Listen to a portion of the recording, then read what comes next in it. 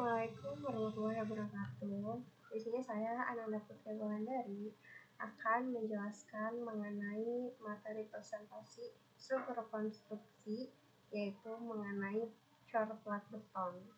Nah, sebelum kepada inti materi yang akan saya sampaikan, di sini saya akan memperlihatkan terlebih dahulu apa saja yang akan saya bahas pada kesempatan kali ini.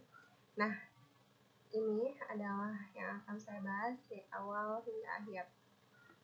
Lalu yang pertama, langsung saja kita mulai dari pengertian dari cor plat beton. Nah, pengertian dari cor plat beton itu sendiri adalah metode konstruksi yang melibatkan pengecoran beton untuk membentuk lantai atau plat horizontal dalam suatu struktur bangunan. Nah, pada proses ini itu melibatkan persiapan pengecoran gitu. Lalu perawatan untuk memastikan bahwa plat beton ini juga memiliki kekuatan, daya dukung juga, dan kualitas yang diinginkannya sesuai dengan desain struktural. Lalu selanjutnya itu ada jenis-jenis teknik cor plat beton. Nah, yang pertama itu ada plat beton tanpa balok, ya. Plat beton tanpa balok di sini itu atau biasa dikenal sebagai flat slab, ya. Plat beton tanpa balok adalah jenis plat beton yang tidak memiliki balok gitu, atau struktur penyangga di bawahnya. Nah, dalam konstruksi ini itu lebih sederhana dan biasanya itu juga digunakan dalam bangunan yang komersial dan industri, di mana fleksibilitas ruangnya itu lebih diutamakan daripada estetika struktural. Nah, lalu yang kedua itu ada plat beton dengan balok tengah atau yang biasa dikenal atau disebut sebagai flat slab, flat slab with drop panel. Nah, jenis plat ini juga memiliki balok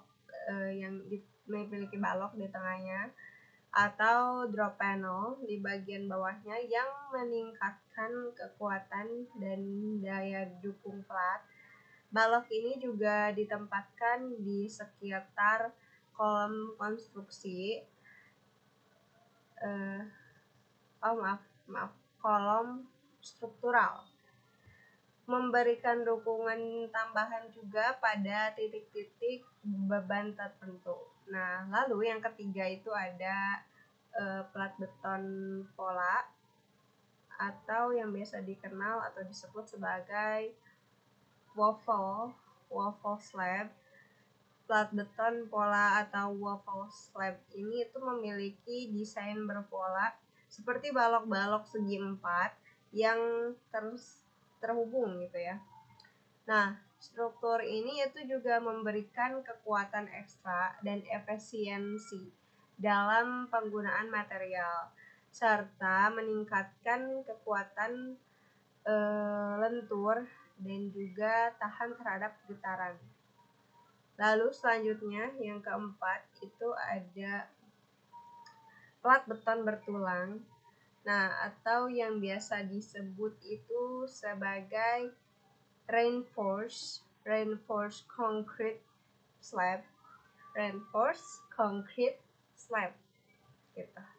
Nah, plat beton bertulang ini juga memiliki tulangan baja yang ditempatkan di dalam beton untuk meningkatkan kekuatan dan daya dukungnya gitu.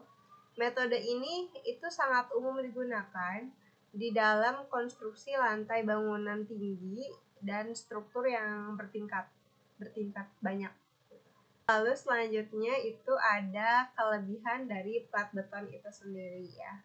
Nah, yang pertama itu kelebihannya itu ada kecepatan dalam konstruksi ya.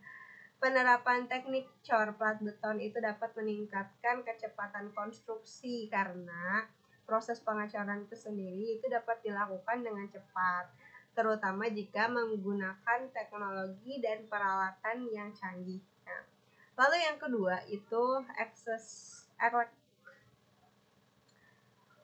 fleksibilitas desain yang tinggi. Kelebihan utama adalah fleksibilitas desain yang tinggi. Plafon beton itu dapat dibentuk dan diatur sesuai dengan kebutuhan dan estetika desain bangunan.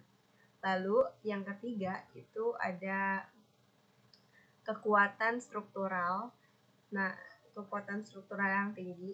Plat beton yang dihasilkan dari teknik ini itu memiliki kekuatan struktural yang tinggi, memungkinkan lantai untuk menambah untuk menahan beban dan tekanan yang signifikan. Lalu yang keempat terakhir adalah pada kelebihannya itu ada tahan terhadap tahan terhadap api dan serangan kimia. Nah, beton ini juga memiliki sifat tahan api dan juga dapat memberikan perlindungan terhadap serangan kimia. Membuatnya itu juga cocok untuk penggunaan dalam bangunan komersial seperti industri. Nah, lalu kekurangannya itu yang pertama ada biaya awal yang tinggi. Nah, pada proses pengecoran beton itu melibatkan teknik yang memungkinkan atau memerlukan biaya awal yang tinggi gitu, karena penggunaan peralatan khusus dan metode yang juga canggih gitu. Lalu yang kedua itu memerlukan peralatan khusus ya. Pelaksanaan teknik cor beton itu memerlukan peralatan khusus seperti pompa beton dan alat bantu lainnya yang mungkin tidak selalu tersedia di semua lokasi konstruksi gitu. Lalu yang ketiga itu ada waktu pengeringan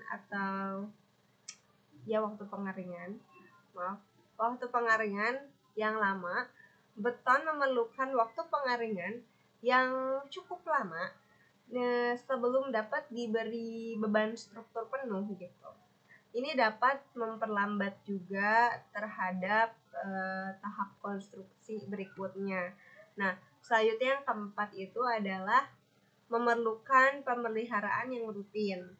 Nah, pada plat beton memerlukan pemeliharaan yang rutin itu untuk memastikan keberlanjutan, kekuatan, dan integritas strukturalnya. Nah, lalu selanjutnya itu ada penerapan teknik cor plat beton dalam industri konstruksi. Nah, yang pertama ada konstruksi gedung bertingkat. Nah, penerapan teknik cor beton sangat umum dalam konstruksi gedung bertingkat tentunya. Lantai yang dihasilkan itu juga dapat menahan beban yang signifikan dan memberikan kestabilitasan yang struktural. Yang kedua itu ada pembangunan pabrik dan gudang. Dan dalam pembangunan pabrik dan gudang, teknik ini itu sering digunakan karena kemampuannya untuk memberikan lantai yang tahan terhadap beban berat dan juga kebutuhan ruang yang juga besar gitu. Nah, yang ketiga itu ada proyek infrastruktur ya. Teknik cor beton juga dapat diterapkan dalam proyek infrastruktur seperti pada jembatan dan flyover, di mana lantai yang kuat dan tahan lama itu juga diperlukan ya. Lalu yang keempat itu adalah bangunan perumahan dan komersil. Pada bangunan perumahan dan komersil, teknik ini itu diperlukan untuk memberikan lantai yang estetis dan juga fungsional tentunya. Lalu terakhir ya, itu ada kesimpulan. Di sini saya dari presentasi barusan itu bisa diambil kesimpulan bahwa teknik cor plat beton ini itu juga